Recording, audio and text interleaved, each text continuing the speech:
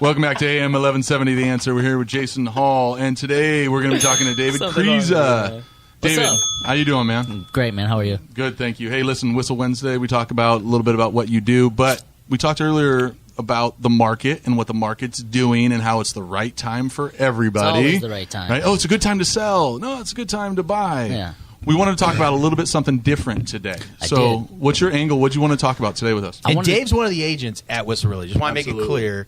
You know, not all of us work with we all work with Kyle Whissel, but we're not all agents on the Whissel team. But David actually is. So, David, give us the lowdown on what's going on in the market. Well, no, I did kind of want to shift it from that. You know, everyone wants to talk about the market, like you said. It's a great time to buy, a great time to sell this and that. I really want to focus on the dilapidated properties and the investment opportunities. You know, we have a lot of all-cash buyer investors who want to, take some of these homes that maybe they're inherited by you and they haven't been lived in for years, or, the 90-year-old grandma and it's never updated or anything like that. There's so many buyers out there right now. What we want to do is get those properties, take them off your hands, make it a smooth process, not have to worry about all the contingencies and inspections and go through like that. No, we've got cash. I have investors. They want to buy it.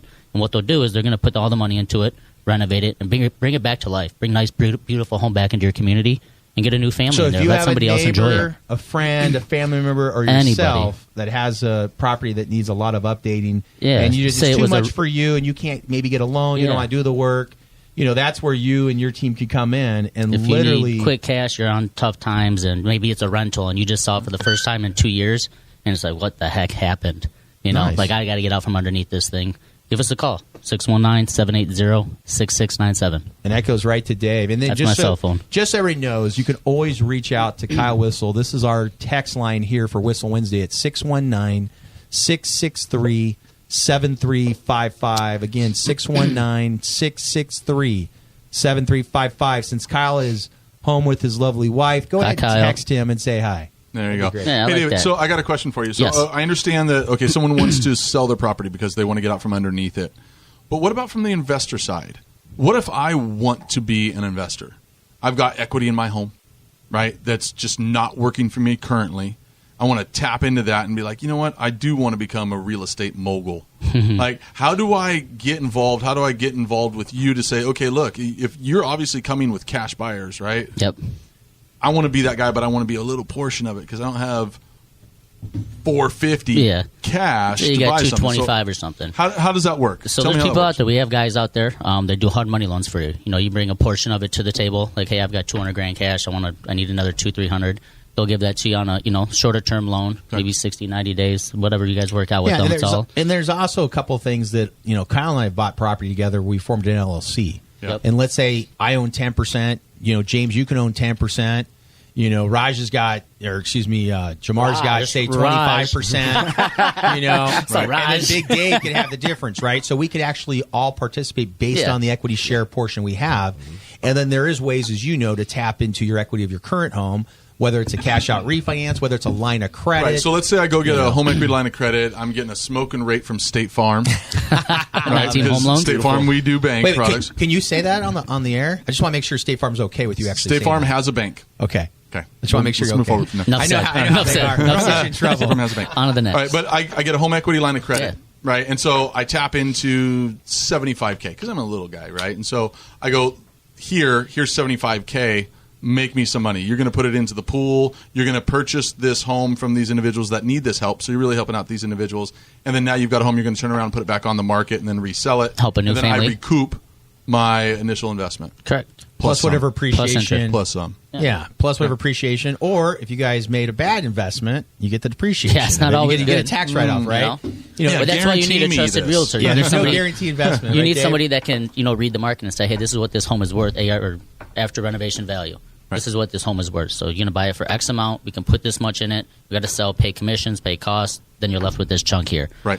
There's been people like, oh, yeah, you'll get this much, you'll get this much. And, right, you look at the comp set and you underestimate a little bit from the comp set. Exactly. Be like, this is what realistic is. Overpromise, underdeliver. There's agents out there that do it, which is why you want to work with a trusted team. Whissel Realty. I mean, we've been number one. Was it 3 years in a row now, Brian? Yeah, 3 years per Wall Street Journal and Zillow. More transactions than any other team in San Diego. Exactly, yeah.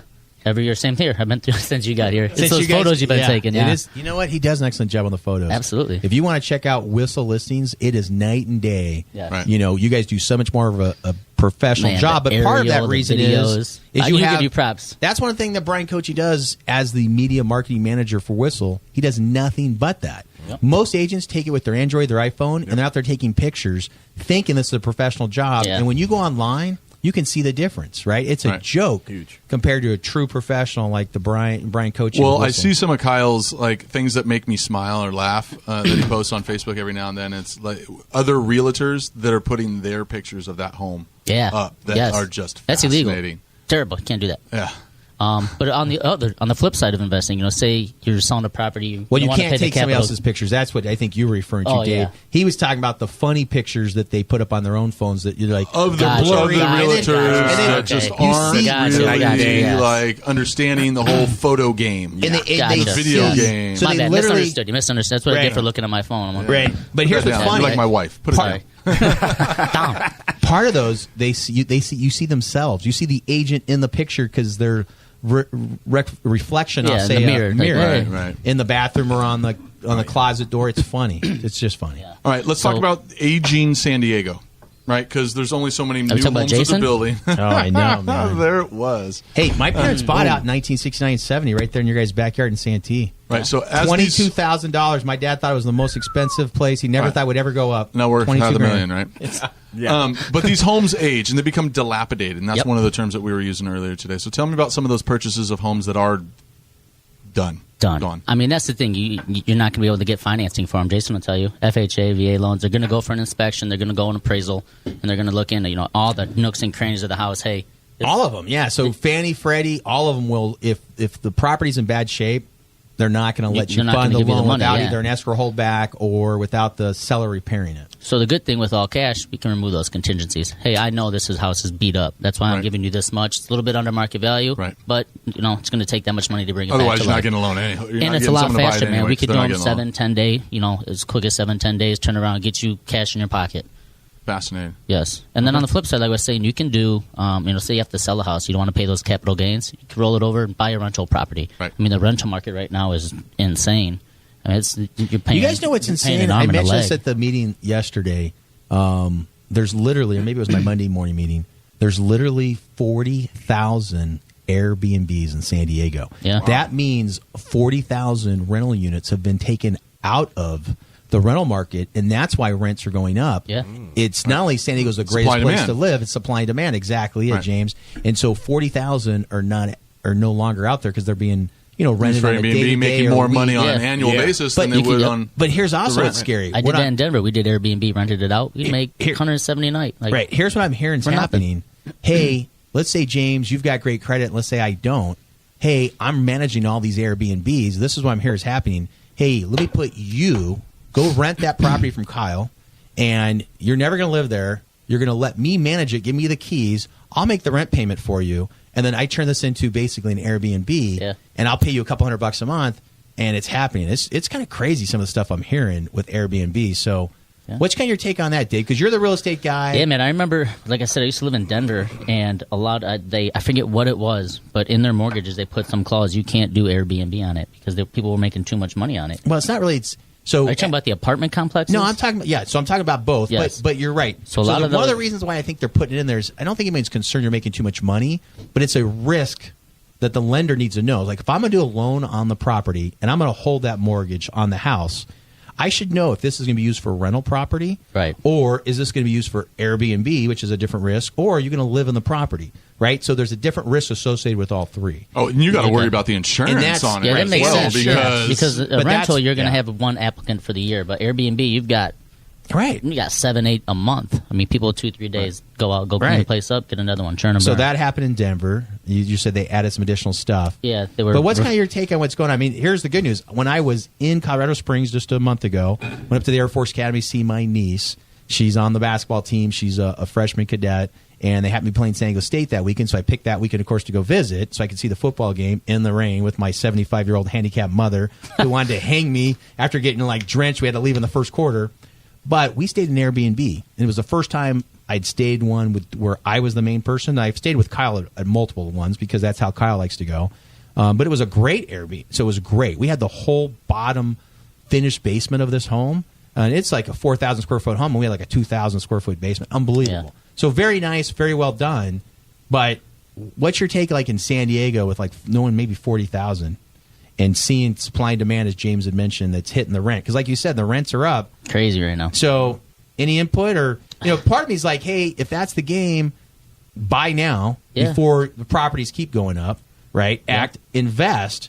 Maybe some of the properties you're talking about, you can actually have some of your investors hold, possibly Airbnb amount, right? And depending on the areas, if it's a high desired why not area, just start an Airbnb management company at this point, like that's property management? Just hey, I'll manage all your Airbnbs. Right. Everybody will go clean them because you have to clean them up. You got to do the sheets. It's just There's like work involved. It's like running a hotel. It it's is not running just a like hotel. You come over to my house.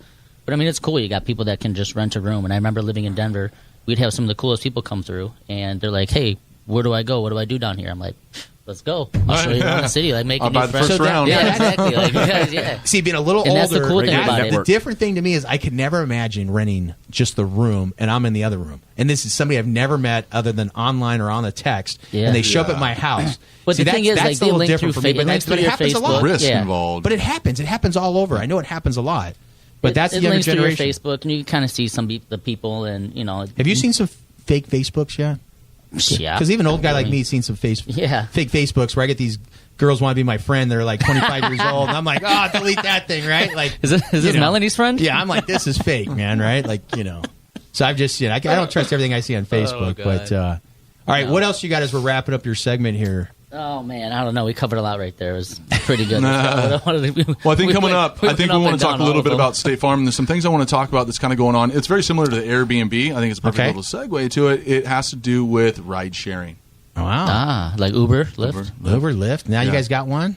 All right, so we're going to cover that right after wrapping up our last segment. State Farm, he's got something he's holding on. He got something up his sleeve. We got to be careful, though, but he does got sleeves. Again, he didn't just wear that nice jacket to look good. AM 1170, The Answer. We'll be right back.